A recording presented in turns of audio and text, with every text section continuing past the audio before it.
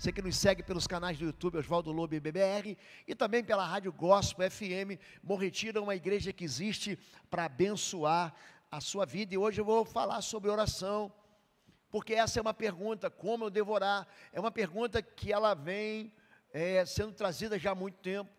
A Bíblia, até o Antigo Testamento, até o último livro do Antigo Testamento, não nos dava uma receita, não nos dava uma fórmula e não nos dava uma resposta a respeito de oração. Até que no capítulo 6 de Mateus, ou no capítulo 11 de Lucas, um dos discípulos, ele chega para Jesus e diz assim: Jesus, ensina-nos a orar como João Batista ensinou seus discípulos. Oração não é algo que você nasce sabendo. Se eu chego aqui, fecho meus olhos e digo assim, agora eu vou apontar uma pessoa que está aqui na audiência, uma pessoa aqui, eu vou parar aqui assim, ó, e vou chamar ela para vir aqui, assim, para vir orar aqui em cima, agora, está fechado. Eu não sei quem é, aqui, ali, eu vou parar agora, quando eu parar meu dedo, você vem aqui. Você está orando aí já, pastor, pelo amor de Deus, eu não. Não me chama para orar, que vergonha, pastor. Porque, na verdade, a gente fica colocando bloqueios na oração que elas nunca existiram. Para você orar, você não precisa ser formado em teologia, você não precisa ser pastor, você não precisa exercer ministério nem sacerdócio. Oração é uma conversa entre um filho e um pai. É por isso que Jesus diz, quando você for orar, chame Deus de Pai. Pai nosso que estás nos céus. Foi exatamente nesse ponto que nós paramos na última mensagem que nós ministramos aqui no quarta-feira. Quando a gente fala sobre oração, a oração é um lugar de esperança. Ora, aquele que é poderoso para fazer infinitamente mais, além daquilo que pedimos ou pensamos, segundo o poder que opera em nós. Efésios capítulo 3, aliás, na próxima quarta-feira, eu vou estar em Éfeso, nessa cidade aqui. Lá hoje, região da Cilícia, com um grupo de irmãos que estarão conosco, e eu vou ministrar lá de Éfeso. Essa cidade aqui, ela tinha um problema sério. Era adoração a uma imagem de escultura. Naquele tempo era chamada de deusa. Hoje a gente fala, é a imagem, está carregando a imagem, está carregando o ídolo. Naquele tempo chamava de Deus com letra minúscula. Era uma deusa chamada Diana. Você sabe que muita coisa que a gente recebe da cultura latina, dos romanos, na verdade, eles vieram dos gregos. Então, os romanos copiaram um monte de coisa dos gregos, inclusive o panteão de ídolos deles, né? Você tem lá Eros era o deus grego, aí o romano falou, não, você vai se chamar Cupido. Tem lá uma deusa chamada Artemis era a grande mãe natureza, por isso que o crente não fala mãe natureza. Existe um Deus que é pai e ele é criador, mas o diabo ele sempre tenta colocar uma pitada de mentira, ainda que doce, para que as pessoas engulam esse veneno. Artemis, depois ela sofre um hibridismo, né? Ela sofre um sincretismo, se torna Diana. Você vê que tem uma confusão ali em Atos capítulo 16, depois em Atos capítulo 19, o apóstolo Paulo vai ser preso ali, porque ele começa a pregar contra os ídolos, e aí o que acontece? Aqueles homens que vendiam os ídolos, ganhavam muito dinheiro vendendo ídolos, hoje se vende cruzinha, se vende fotografia, para ganhar dinheiro. O povo ganha dinheiro com a fé mesmo das pessoas, nem que seja uma fé torta. E ali há uma grande confusão, eles adoravam essa que era chamada de rainha dos céus. Era assim que Diana dos Efésios, se você pegar a literatura bíblica, se você pegar a Bíblia Sagrada, ela era considerada a rainha dos céus. E Paulo, ele está dizendo para os habitantes de Éfeso, que agora eram cristãos, tinham se convertido, ele fala assim, aquele que é poderoso para dar além daquilo que a gente pede e daquilo que a gente pensa. Então, ele tira o limite, como quem diz assim, não, Deus ele só vai dar um pouquinho para você. Deus é extremamente generoso e exuberante. Quando você visita uma paisagem, e você fala assim, como é que deu? Eu fui em lugares, gente, nesse planeta, eu fui para pregar, fui para passear, eu fui uma vez no Japão, em Fuji, um dos lugares mais lindos que eu fui, foi Monte Fuji. Eu fiz um passeio no meio ali dos Andes chilenos, gente, é maravilhoso. Eu fui na região ali que divide Suíça, Alemanha, com o norte da Itália. Gente, pensa num lugar assim que Deus caprichou para fazer. A Ilha de Madeira, em Portugal, talvez tenha sido o lugar mais lindo que eu já fui na minha vida. Você fala, Deus que fez essa exuberância, Deus que fez os céus, a terra, Ele é poderoso para dar infinitamente mais. Então, nós que colocamos fim, Deus, Ele dá infinitamente mais, além daquilo que nós pedimos ou pensamos. É por isso que a gente ora. Porque a oração sempre sai do menor para o maior. Sai do mais fraco para aquele que é poderoso. A oração sai daquele que não tem para aquele que tem tudo. A oração sai de baixo e vai lá para cima. É isso que é oração. É um lugar onde há esperança. As pessoas que se encontram com Deus e experimentam os milagres de Deus são pessoas que não têm nada. Acredite no pastor de vocês. Pessoas satisfeitas não experimentam milagres. Gente de bucho cheio não experimenta milagre. Estava aquela multidão com fome, faminta. Deus, me dá os 5 pães e 2 peixes que eu vou resolver aqui o problema. Quem recebe cura de câncer é quem está com câncer. Quem recebe cura de AIDS, que é soro positivo, é quem tem o vírus da AIDS.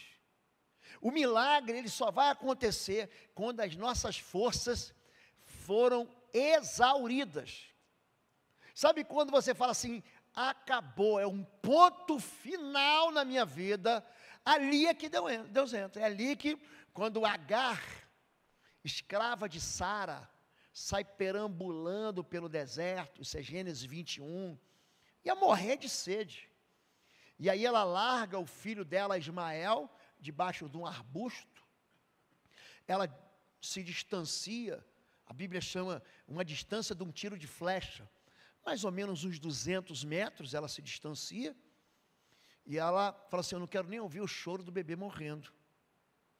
E quando ela clama a Deus, no meio do nada, no meio do deserto, um anjo aparece para ela e fala assim, o que você tem? Deus ouviu o choro. Deus ouve choro. Sabia que um coração quebrantado e contrito, Deus não rejeita? É por isso que gente que está frito, pastor, eu estou frito, são essas pessoas que encontram milagre. O anjo diz para ela assim, olha aí a fonte do teu lado. E aquela mulher, Agar, dá de beber para o seu filho, e ele se levanta numa grande nação. Quando a gente fala sobre oração, você precisa entender que aquilo que você fala, Deus ouve. Ele me invocará, e eu lhe responderei.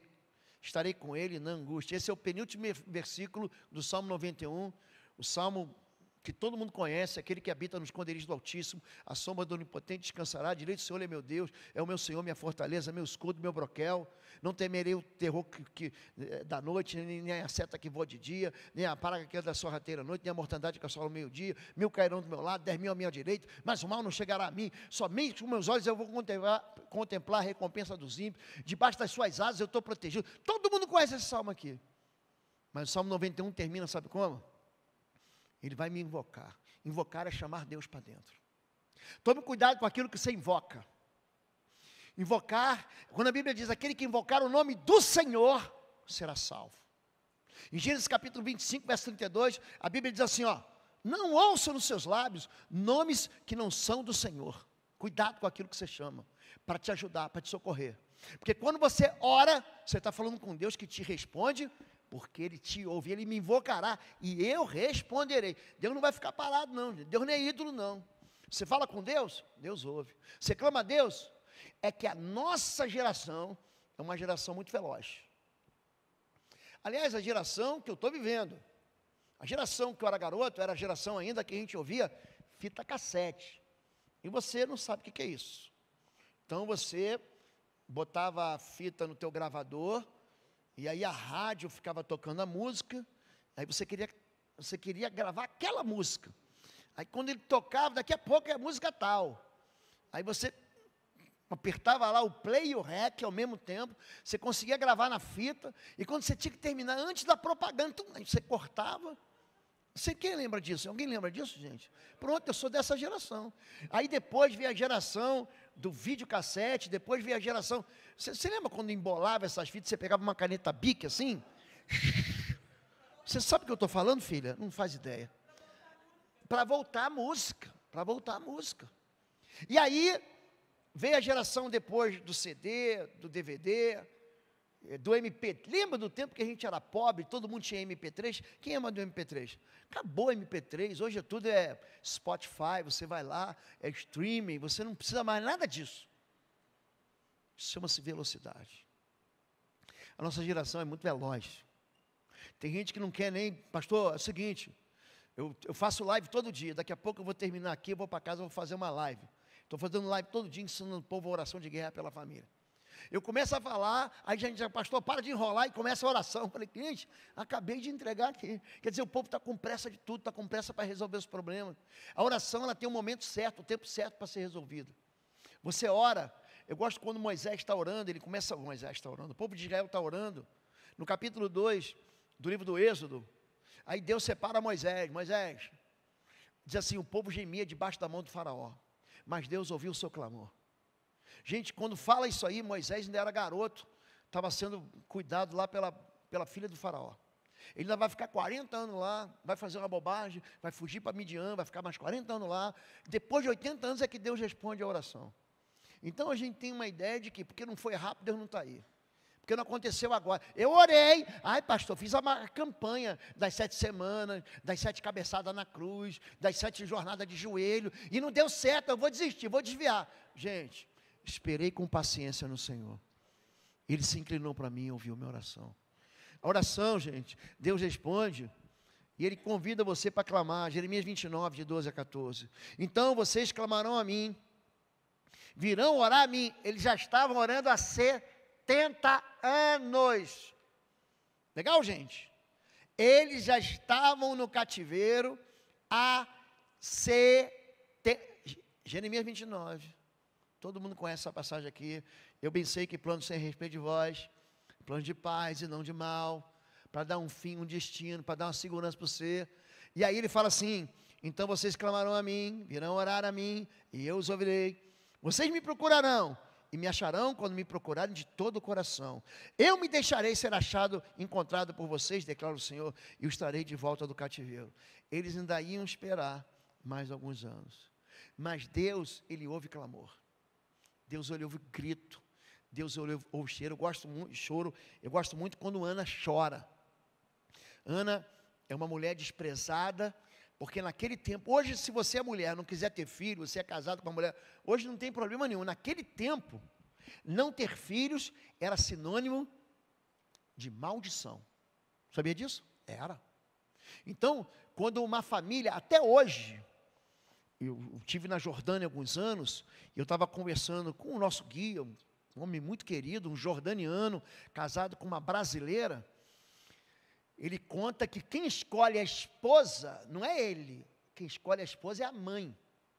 Então a mãe, nem o pai não se mete. A mãe do jordaniano, ele é árabe, fala assim, para meu filho, a esposa vai ser a fulana. Aqui que a mãe fala, não, fulano é um bom partido, é de uma boa família. Olha aquela moça que dedicada, lá na Jordânia não é assim não. A mãe olha para a cintura, para o quadril, para ver se ela pode ser uma boa mãe, porque o quadril largo significa que ela pode ter muitos filhos. Olha que coisa, olha como é que o raciocínio é diferente. Não tem a ver com a beleza, tem a ver com aquilo que pode dar uma herança, pode deixar uma... Eu achei aquilo, e vem cá, como é que funciona isso? E se você não quiser? Aí ele falou, como é que é? Não, e se você não quiser? Ele falou, isso não existe. Eu vou querer o que minha mãe quiser. Em Israel é diferente. Em Israel, as famílias se casam, muito interessante isso, e aí o moço, ele se encontra com a moça 3 vezes só. Não pode nem pegar na mão. O judeu ortodoxo, aquele que anda com um cachinho aqui, aquele cachinho lá de Levítico 19, que ninguém sabe porque não pode cortar. Sabe por que não pode cortar aquele cachinho? Sabe por quê? Aquele povo, ele tinha tão pouca instrução, que a Bíblia diz, ó, não corte o lado aqui. Como é que chama isso aqui mesmo? costeleta. Por quê? Porque eles não tinha tesoura, não tinha presto-barba, não tinha gilete. Eles cortavam com pedra. Então botavam uma pedra, como diz o mineiro, tinha assim, e outra batia, cortava o cabelo com pedra mesmo, com pedra.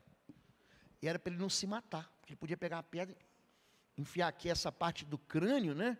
Até a mais frágil, para a pessoa não se matar. Até isso. A Bíblia já falou que a Bíblia, você vai fazer necessidade, faça fora do arraial. Você sabe disso. Você aperta a descarga. Hoje, o esgoto leva tudo. Naquele tempo não tinha esgoto não, gente. Não pode jogar a necessidade no rio. Lógico que não, porque senão quem está abaixo ali vai beber água contaminada. Tudo isso estava na Bíblia. O judeu ortodoxo, ele só casa quando a família dele escolhe, e aí quando ele casa, aquele papo de João 14, não se turbe o vosso coração, crede em Deus, crede em mim também, na casa do meu pai há muitas moradas. Por que ele fala na casa do meu pai há muitas moradas?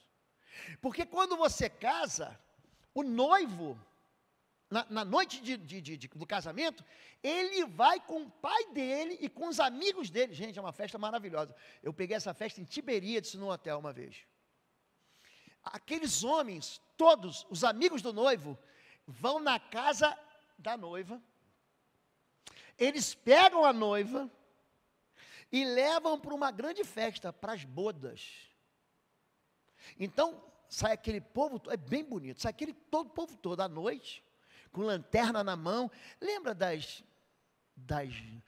mulheres com as lamparinas, de Mateus 25? Ela também está com lâmpada lá acesa. Aí eles vão lá, eles pegam a moça, noiva, junto com o noivo, junto com o pai do noivo, eles vão para a festa, e depois da festa, sabe o que acontece? O noivo leva a noiva para morar na casa do pai. Pastor, que esquisito, não.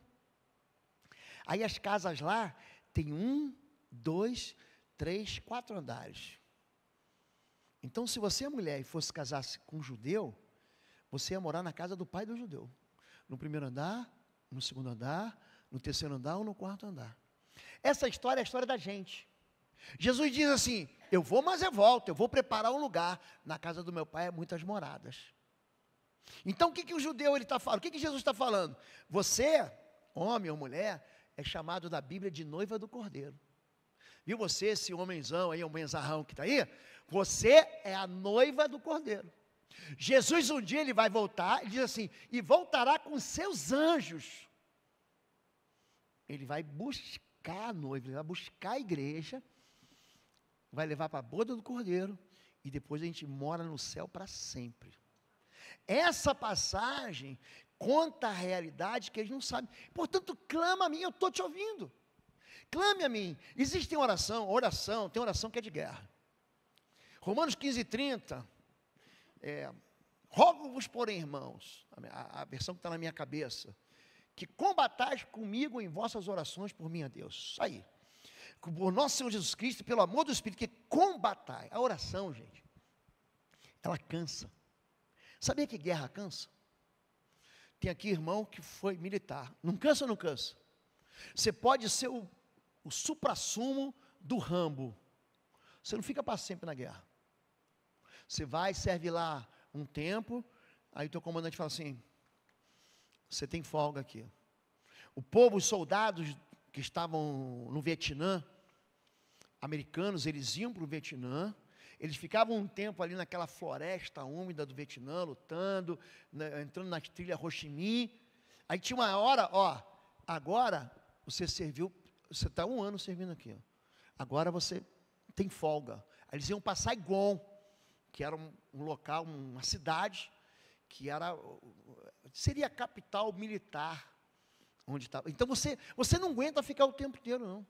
Ninguém suporta a guerra o tempo inteiro. Ninguém.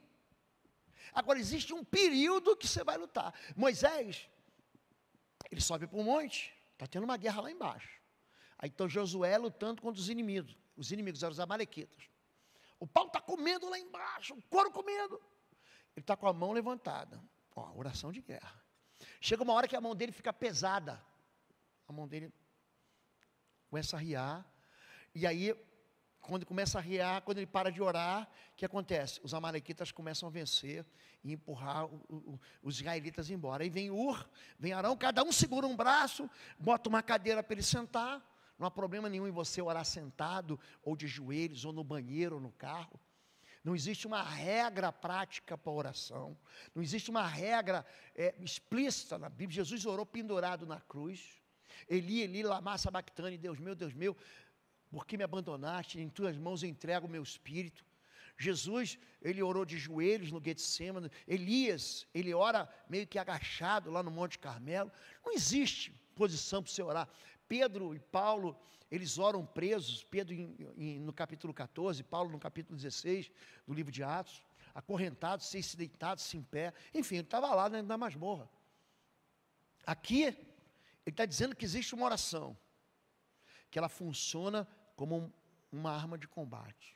Existem 4 palavras no grego para essa oração de guerra, a gente chama isso de intercessão. Entoux, entoxano, entopaga e paga. São palavras do grego que dão uma denotação militar para a oração.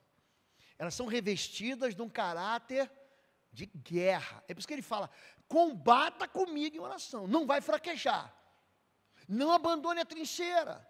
Não aceite deserção. É a mesma oração que ele está fazendo em Efésios capítulo 6.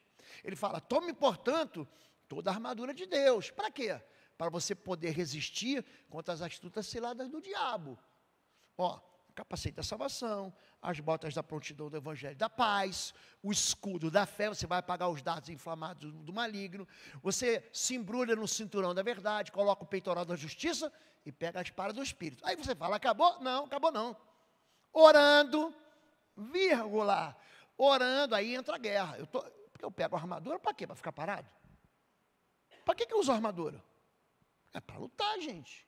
Agora eu vou entrar no teatro de operações. Agora eu vou entrar no teatro de guerra. Orando em todo tempo, com toda oração e súplica, clamando, intercedendo. A oração, gente, ela funciona como o próprio combate. Agora, a oração, ela enfrenta a resistência espiritual. Em Daniel capítulo 10, o que está acontecendo aqui? Daniel está jejuando por 21 dias. Ele escolhe o quê? Ele tirou dentro da dieta dele aquilo que era mais saboroso. Ele tira a carne, ele tira o vinho, ele tira o azeite. Você imagina você você comer salada sem azeite? Então ele tirou tudo aquilo que dava sabor. Ele está jejuando 21 dias. Quando dá 21 dias, ele está na beira do Eufrates, aparece um anjo para ele. Quando esse anjo aparece, ele estremece de medo.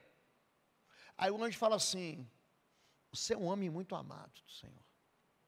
Porque desde o primeiro dia que você se inclinou para se humilhar e para buscar o Senhor, são ouvidas as tuas orações.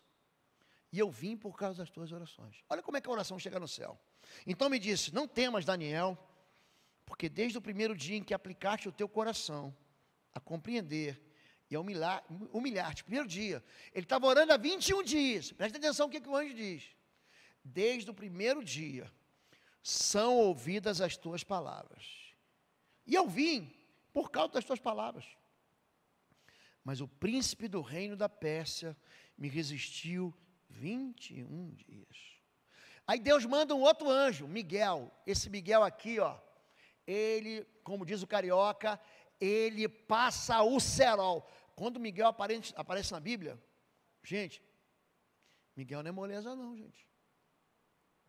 Esse anjo, quando aparece, a Bíblia diz que ele é o guardião do povo de Israel, esse anjo aqui. Existem anjos, principados, potestades, tronos, arcanjos, querubins, serafins. Existe uma hierarquia de anjos na Bíblia, tá, gente? Só 3 recebem nome, vocês sabem disso. Miguel, Gabriel e Lúcifer, que se transforma em Satanás, por causa da rebelião dele. Esse Miguel, gente, o sujeito é brabo, ele é hot. Pensa no anjo que quando ele aparece, você pode ter certeza que o inimigo vai ser derrotado. Miguel, um dos primeiros príncipes, é assim que eles são chamados, anjos, veio para ajudar-me, e eu fiquei ali com os reis da Pérsia. Existe um principado aqui. Então você tem um condado. Quem que manda no condado? O conde. O Grã-Ducado. Quem que manda no Grã-Ducado? O duque. Fala, povo de Deus, um breve intervalo aqui. Esse ano, de 25 a 27 de abril, estaremos juntos aqui em Curitiba, no único curso presencial que eu vou ministrar. Vai ser um encontro sobre guerra espiritual e aprofundamento na guerra espiritual. É um curso que nós vamos nivelar conhecimentos, vamos entregar armas de guerra para você, você não pode perder. As inscrições estão no www.institutoexodus.com. Também, você que quer adquirir os cursos, nós temos os cursos online no pastorlou.com e os nossos livros na plataforma pastorlou.com. Deus abençoe sua vida. A gente se encontra aqui em Curitiba em abril. Um império, quem manda? Um imperador. Um reino, um rei. E um principado. Quem que mandava? Lembra do principado de Mônaco? Tem um príncipe que manda lá. Aqui ele está dizendo que existe um governo satânico, aonde ele estava, que impediu que uma resposta do céu viesse. Então, eu quero dizer para você o seguinte: ore. Mas se você enfrentar resistência, continue orando. Porque essa resistência, ela vai ser bloqueada. O que acontece com um crente? Eu orei uma vez e desisti. Eu orei já tantas vezes, Deus não respondeu. Deixa para lá. Que deixa para lá, gente? Que história é essa? É isso que o pastor de vocês ensina? Deixar para lá? Quando a Bíblia fala sobre resistência espiritual, a Bíblia também diz para você não desanimar e pedir coisas boas. Pedir, dá-se-vos-á. Buscai e encontrareis. Batei, abri-se-vos-á. Porque aquele que pede recebe, o que busca encontra, e aquele que e ao que bate, abrir-se-lhe-á. E qual dentre vós, aqui Jesus, ele usa uma parábola. Ele incentiva a gente a buscar, incentiva a gente a bater na porta, ensina a gente a pedir, peça, peça. Diga assim, peça. Eu sou pidão. Sabia que eu sou pidão? Eu sou pidão. Meu Deus, não fica velho, não se gasta, não fica cansado, não é enjoado, não diz, não vou te dar não. Ele manda pedir, foi ele que mandou. Então eu peço. A hora que ele vai dar, eu não sei, mas que eu peço, eu peço. Eu já falei para a igreja, eu queria chegar no céu, Helena. Os anjos vão falar, chegou o pidão. Porque eu sou o pidão. Tem gente que fala, não vou pedir nada porque eu tenho tudo. Isso é orgulho, pecado do orgulho. Se você vem cá que eu vou orar por você, eu não tenho nada para orar. Então vem aqui e ora por mim, que eu quero que você ore por mim. Pronto. Tá bom assim? Qual é o homem, qual entre vós é o homem que pedindo-lhe pão, o seu filho, pão é bom, gente? Pão é? Você gosta assim de tarde, você chega, você almoçou, aí chega no final da tarde, aí teu pai, tua mãe, tua esposa, teu marido, chega em casa com um pão quentinho da padaria, aí um café com leite, um café puro, você é mais jovem, um todinho, pronto, um maltinho, você pega assim, abre o pão, aquela manteiga derretendo sobre o pão. Pão não é bom, gente? É uma coisa boa pão, sim ou não? Olha só, qual dos seus filhos pede pão e você vai dar uma pedra? Você pega uma paralelepípedo na rua, não, vai comer pão não. Come pedra e só levanta daí quando terminar de comer. Tem que raspar o prato. Você faz isso com seu filho? Olha só. E pedindo-lhe peixe, lhe dará uma serpente. Toma aí uma jararaca. Toma uma cascavel, uma cobra coral, e devora isso aí. Mas eu pedi um peixe, eu queria comer um peixinho, né? Um McFish, pronto. Ele te dá uma cobra. Isso acontece? Se pois vós sendo maus, sabeis dar boas coisas aos vossos filhos, quanto mais o vosso Pai que está nos céus, dará bens aos que lhe pedirem. Diga assim, dará bens. Gente, está escrito, gente. Essa palavra vai passar, gente? Passarão os céus e a terra, a minha palavra não, nem um tio, nem uma vírgula vai cair. Ele está falando que vai te dar coisas boas, vai te dar bens. Então, a gente ora, porque Deus está atento. Busquei o Senhor, e Ele me respondeu. Olha o Salmo 34. Livrou-me de todos, diga, todos, não ficou ninguém, os meus temores. Este pobre homem clamou, e o Senhor ouviu. e o libertou de todas as suas tribulações. Os olhos do Senhor voltam-se para os justos, e os seus ouvidos estão atentos ao seu grito de socorro. Diga assim, socorro. Diga, socorro, Senhor. Pronto, é assim que a gente pede socorro. Não é socorro, você está desesperado. Ele está falando que Deus ouve. Os justos clamam, o Senhor os ouve e livra de todas as tuas tribulações. O Senhor está perto dos que têm coração quebrantado e salva os de espírito abatido. O que ele está dizendo, gente? Que Deus, Ele ouve gente que já está de joelhos. Deus, eu já não suporto mais. Eu não tenho mais salvação, eu não tenho mais esperança não, Deus. Eu não tenho mais resposta, eu já bati em todas as portas. Então, essa ideia de que a gente tem que Deus não está vendo, é a síndrome de Abacuque. Tem um livro no Antigo Testamento, que o autor é um sujeito chamado Abacuque, que em hebraico quer dizer abraço. Então, quando você está dando um abraço no seu filho, você está dando um Abacuque em hebraico. Tá bom assim, Abacuque? Não, você pode dar um Abacuque em alguém, se você quiser agora. E aí? Deixa eu te dar um Abacuque. Esse sujeito, ele acha que Deus está desatento. Ele fala, Deus, você não está entendendo não? Você não está vendo o que está acontecendo? Esse sujeito vai pedir conta para Deus. Vamos fazer aqui aqui. O ímpio está rico, o justo está falido. O ímpio está feliz, o justo está chorando. O ímpio está com saúde, o justo está morrendo na UTI. Ele acha que Deus não está atento. Aí a resposta de Deus, não é isso não. No capítulo 2 ele responde o chamado 5 juízos de maldição. Ai dos ímpios, ai dos ímpios, ai dos ímpios. Ele vai dizer o seguinte, eles estão felizes hoje, mas eles vão chorar. Eles estão alegres hoje, eu vou tirar esse sorriso da boca deles, fica tranquilo, porque o justo vive pela fé. É ali que o livro dá uma virada. Aí Abacuque entende, aí ele fala, agora eu entendi, ainda que a figueira não floresça, ainda que o produto da oliveira minta, ainda que não haja ovelhas do curral, sejam arrebatados o gado enfim, eu me alegrarei no Senhor e exultarei no Deus da minha salvação. Aí ele entende que o justo vive pela fé. Deus, ele está atento, Deus se importa. Será que o senhor não está vendo, Deus? Estou vendo. E naquele dia nada me perguntarei, João 16. Na verdade, vos digo que tudo, diga assim, tudo quanto pedides a meu Pai, em meu nome, Ele vô-lo há de dar. Até agora nada pediste em meu nome. Pedi e recebereis, para que a vossa alegria se cumpra. Vou deixar claro, Deus se importa com a sua alegria. Se importa. O que acontece é que a gente não pede. Eu cheguei aqui em Bom Retiro, e Bom Retiro tinha uma dinâmica interessante. Terminava o culto, sabe o que ele falava? Agora, vocês façam a oração silenciosa. Estamos despedidos. Aí eu fiquei olhando aquilo. Eu falei, onde é que tem oração silenciosa na Bíblia? Eu quero fazer uma pergunta para você. Qual é a oração silenciosa da Bíblia? Você consegue lembrar de uma oração silenciosa? Não, porque se ela foi silenciosa, ela não podia estar escrita. Eu não ouvi, não escrevo. Tem uma oração silenciosa só. Oração de Eliezer à beira do poço, quando ele encontra uma esposa para Isaac, Rebeca. É a única oração. Ele fala assim, eu orei no meu coração. Você pode fazer oração silenciosa.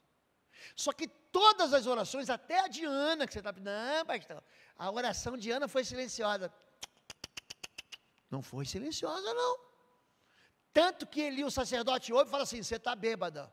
Essa oração aí não tem sentido. Ele falou assim, não, eu estou chorando. Eu estou orando na minha amargura de alma. Ele fala, então Deus te ouviu. Deus, ele se importa com lágrimas. Deus se importa com lamentos. Mas Deus se importa com alegria. Só que o coração orgulhoso do homem fala assim, não, está tudo bem na minha vida, eu não quero nada de Deus. Ele só vai buscar Deus quando? Quando tudo vai mal. E essa é a bobagem. Por que, se tudo está bem, por que você não pede coisas boas? Qual o problema de você pedir as coisas para Deus? Qual o problema? O que é? Você acha que Deus não pode te dar? Deus só vai ouvir a oração de desesperado, é isso? É isso que você está me dizendo, então? Então quer dizer que eu estou bem, eu não posso querer ficar melhor do que eu estou? Quer dizer, o pensamento do homem pequenininho, mesquinho, pensa que Deus só vai agir naquilo que a gente precisa. E se eu quiser ter mais? E se eu tenho uma relação bem boa com meu filho, eu quero que ela fique melhor ainda. E se eu tenho uma relação excelente com meu filho, e eu quero que ela fique extraordinária, qual o problema de pedir mais? Qual o problema de pedir mais? É que a gente aprende lá atrás, que a oração é um clamor só de gente que precisa. E a gente não relaciona com o Pai. Imagina se a gente só pedisse para o Pai a hora que a gente tivesse morro de fome. Então a oração, você sobe no colo, você diz que ama. A oração, você se dirige, você adora a Deus. A oração, você se relaciona com Deus. A oração, você consagra. Tudo isso é oração porque Deus se importa. Deus vê e Deus ouve. Aí Pedrão, ele acerta na mosca. Ele fala, porque os olhos do Senhor estão sobre os justos. Ele está fazendo referência a 1 Crônicas, capítulo 16. Os olhos do Senhor estão por toda parte, para fazer o bem, àqueles que entregam o seu coração verdadeiramente, totalmente. Porque os olhos do Senhor, diga, ele vê, Deus tem olhos. Os olhos do Senhor estão sobre os justos, e os seus ouvidos estão atentos à sua oração. Mas o rosto do Senhor voltam-se contra os que praticam o mal. Deus ouve, Deus vê, só que tem um problema aqui. O problema não é quando você erra. Existe diferença entre iniquidade, transgressão e pecado. A transgressão você vai cometer. Eu vou te dar uma triste notícia. Porque a gente nasce pecador. Uma hora você vai perder as estribeiras, você vai se irritar, você vai falar uma palavra que você não devia ter falado, você vai ter um momento de incredulidade. Uma hora, é o que o apóstolo Paulo fala, ele está lendo os 10 mandamentos, Romanos capítulo 7, aí no final ele lê um mandamento assim, não cobice. Ah, pastor, mas eu queria tanto ter a vida daquela pessoa, o ministério daquela pessoa, o carro daquela pessoa, a família daquela pessoa, como eu queria. O nome disso é cobiça. Aí ele fala, maldito homem que sou, quem me livrará do corpo dessa morte? Aí ele termina dizendo, graças eu dou a Deus. Então tem muita gente que acha que praticar o mal é sentir-se mal, e não é. Aqui o problema é a iniquidade, porque aqui não tem ninguém perfeito. Então chega uma hora que você tropeça mesmo. O que a Bíblia diz? Essas coisas vos escrevi, 1 João capítulo 2, verso 1, para que não pequeis. Mas, vírgula, se pecardes, temos um advogado junto ao Pai. Pai, pequei, eu quero pedir perdão. Está resolvido. O problema da iniquidade, o que é? A iniquidade é quando você peca, e você acha que não tem problema nenhum em pecar. É quando você acha que o pecado não é mais pecado. É quando você acha que o pecado não te separa mais de Deus. Aí, você está vivendo em iniquidade. É disso que ele está falando. Ele não está falando que você aí, se deu um beliscão em alguém, você não vai fazer isso, lógico. Ou que você pensou mal de você mesmo ou de alguém, e que você, não vou ouvir tua oração. Não é isso. Existe muito mais do que isso. Existem orações, gente, que são recusadas? Tem. Tem oferta que é recusada. Em Mateus capítulo 5, Jesus fala assim, quando você vier trazer tua oferta no altar, e você se lembrar que teu irmão tem algo contra ti, vai lá primeiro e conserta com ele, larga a tua oferta lá. Aí, mano, perdoa, tá bem? Você me perdoa? Perdoa. Aí você pega, então Deus ele não fica recebendo tudo. Tem oração que é recusada, gente. Eis que a mão do Senhor não está encolhida para que não possa salvar. Isaías, todo mundo conhece Isaías 59. Nem seu ouvido, nem surdo o seu ouvido para que não possa ouvir. Mas as vossas iniquidades, ou seja, o desejo de fazer o mal e continuar no mal, fazem separação entre vós e o vosso Deus. Diga assim, divórcio. Aqui tem quebra de aliança, hein? E os vossos pecados encobrem o seu rosto de vós para que não vos ouça. O que me separa? O que faz com que Deus não ouça a minha oração? Pecado, gente. Tem oração que é bloqueada. Tem oração que quer manipular Deus. Não, pastor, eu orei, você vai ter que me dar. Não. Eu jejuei, você é obrigado a me dar. Não é isso não. De que serve a minha multidão de vossos sacrifícios? multidão de orações. É assim que a oração era tratada no Antigo Testamento, é como a queima de um sacrifício, a queima do incenso, diz o Senhor. Estou farto dos holocaustos, ou sacrifício. Não posso suportar a iniquidade associada ao ajuntamento solene. Você lembra que Jesus fala em Mateus 23? Ai de vós, fariseus hipócritas, vocês alargam os seus filactérios, aumentam as suas franjas, gostam de ser saudados nas sinagogas e nas praças. Vocês oram para serem vistos, já receberam o vosso galardão. Pensando que é toda oração que chega no céu, não é. Normalmente a oração de quem pensa que não chegou no céu, ela chegou. E a oração de quem pensa que vai chegar no céu, ela não chega. 2 homens, não é assim que Jesus conta a parábola? Subiram para adorar. Um era fariseu, o outro era um criminoso corrupto. Isso que era um publicano. Um publicano era um corrupto, um traidor. Aí um chega lá e diz, eu te dou grato, eu sou isso, sou aquilo, eu sou bom, eu sou apenas o máximo. E o outro fala, não olhava para olha, eu sou pecador mesmo. Jesus diz, ó, teve um que saiu daqui perdoado. Aquele criminoso, aquele bandido, aquele corrupto, saiu perdoado. E aquele profissional da fé que sabe orar, não saiu perdoado. Entenderam isso? Existem orações, gente, que tentam manipular Deus. Deus não vai ser manipulado. Deus, Ele não vê a aparência da gente. Ele enxerga algo que ninguém enxerga. Deus enxerga interior, coração. Eu olho o coração. Quem está entendendo isso, gente? Tem horas que Deus diz, não ore porque eu não vou ouvir. Lembra que eu falei de Jeremias 29? Olha o que ele explica em Jeremias 7. Lembra da rainha dos céus? Tu, pois, está falando para o profeta que gostava de orar. É você chamar o time da intercessão e falar assim, João, você não vai orar. Getúlio, você não vai orar. Você vai chamar o time da intercessão, você não ore por essa causa que eu não vou te obedecer, não vou te ouvir, perdão. Tu, pois, não ores por este povo, nem levantes por ele clamor ou oração, nem me supliques, porque eu não te ouvirei. Porventura, aí ele está, olha para o que eles estão fazendo. Não vês tu o que andam fazendo na cidade de Judá, capital de Israel, e nas ruas de Jerusalém, capital espiritual onde havia o templo.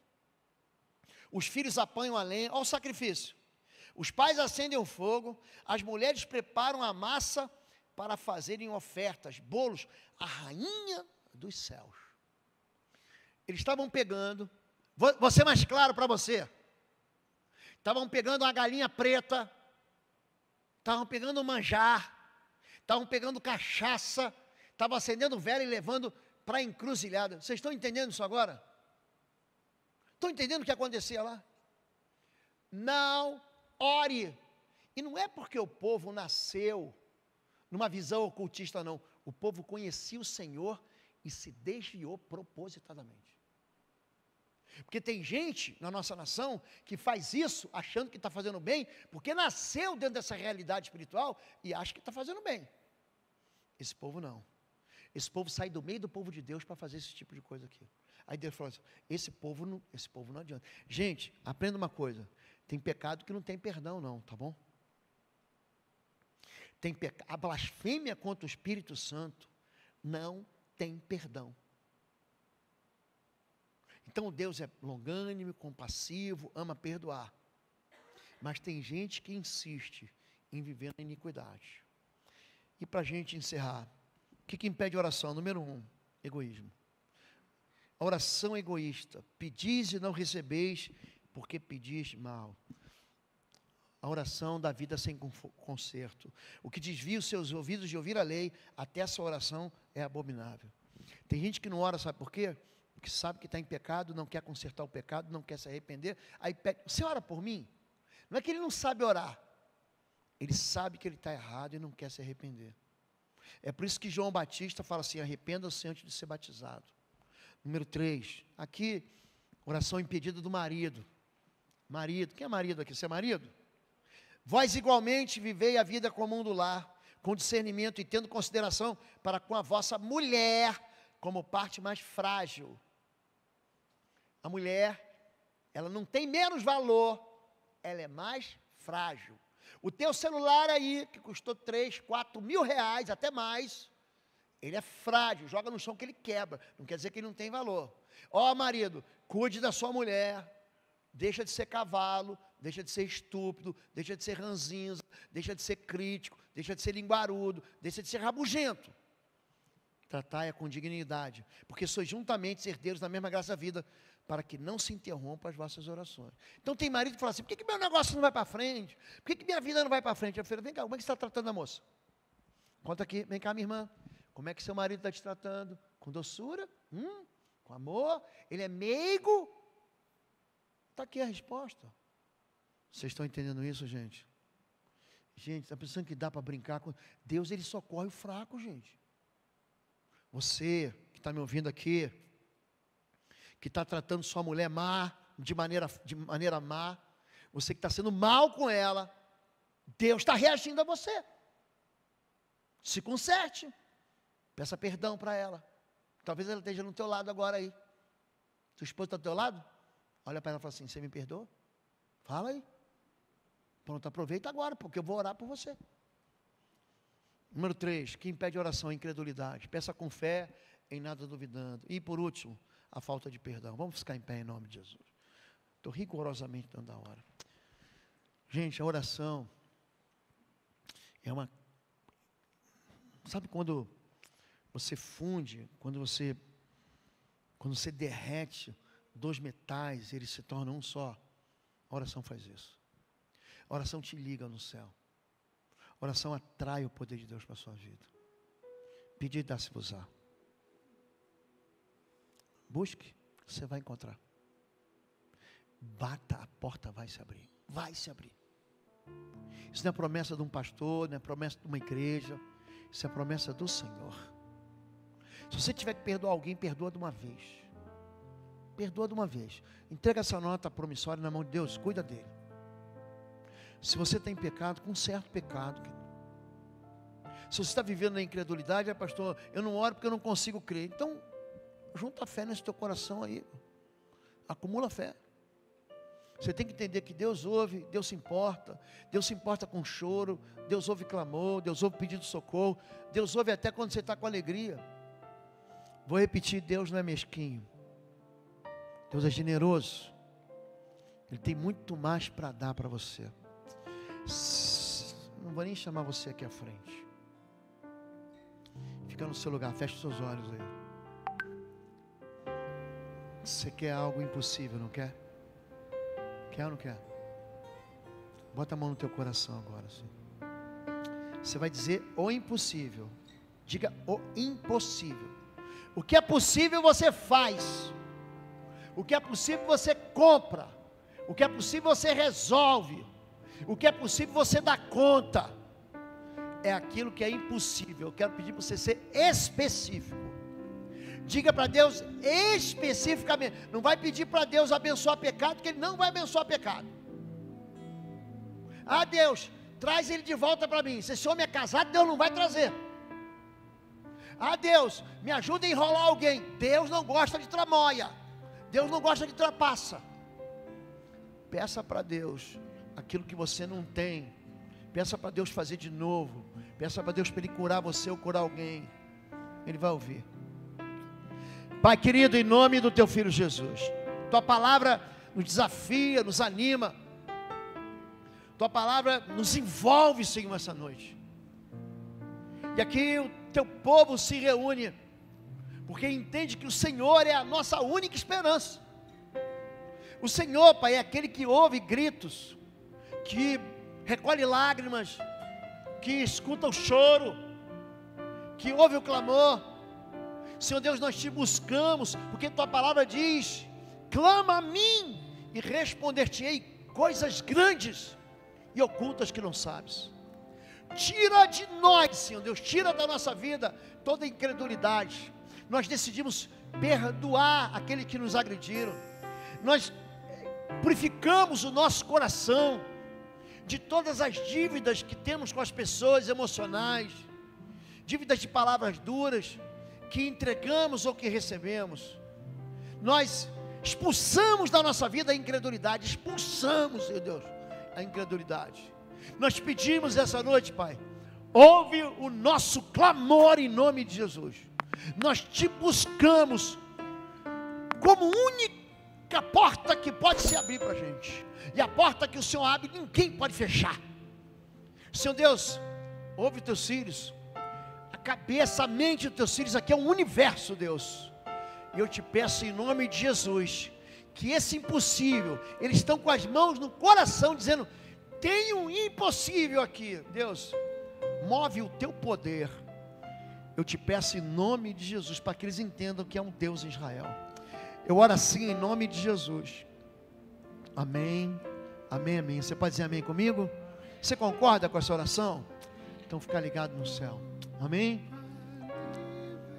Próximo sábado tem cá entre nós, tem encontro do Ministério dos Jovens Raia, tem encontro dos Ministérios de Adolescentes Upgrade.